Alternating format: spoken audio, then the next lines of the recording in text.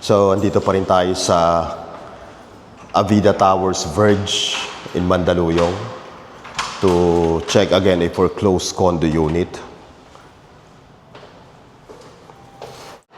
This is the unit. 4th floor lang tayo, Tower 1.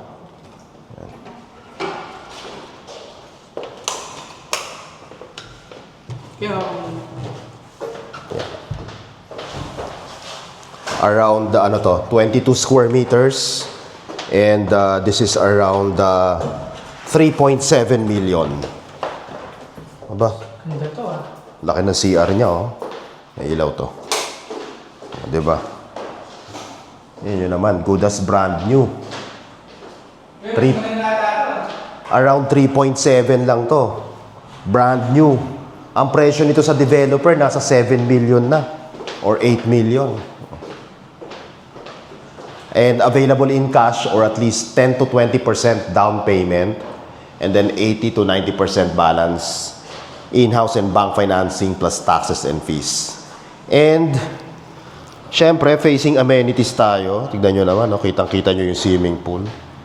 Pati yung mga naliligo dyan. Dito pa yung Ortigas side. Oh, Greenfield na siya. malapit lang tayo sa Greenfield, sa BGC, sa Makati, Ortigas.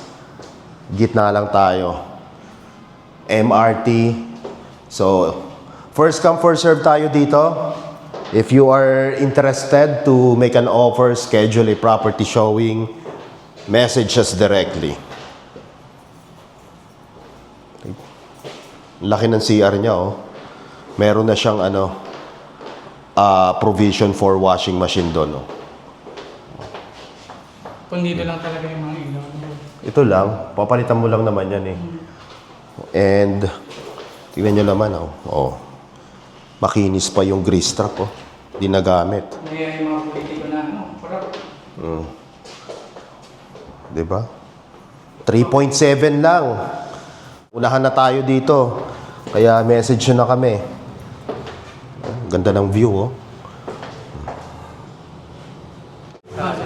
Sarado pa. Di ba pinapagamit? Kasi yung clubhouse, andun din yung gym. Nandun na po yun. Pero wala pa, di ba pinapagamit? Wala pa. Tara.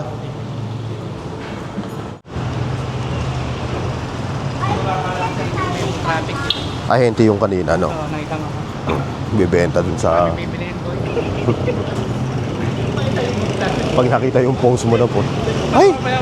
Ito 3 million lang, oh. Sabi niya. Yung sa'yo. Scam po yan. Tagagwi na kami. Pwede kumanta po na. 3 Saan ba tayo? Dito? Represent mo yung Paragon Plaza. Gumanda, no? Nabenta kahit sa China Bank dyan. Wala na, no? Oo, nakuha na. Pangat kasi yung parking. Yung layout kasi. Loft type yun, di ba? Pero mura nga 11.5 ata. Kaya parang nag-uusap wala tayo eh. Usap wala tayo. Yun na yung Fame Towers, oh.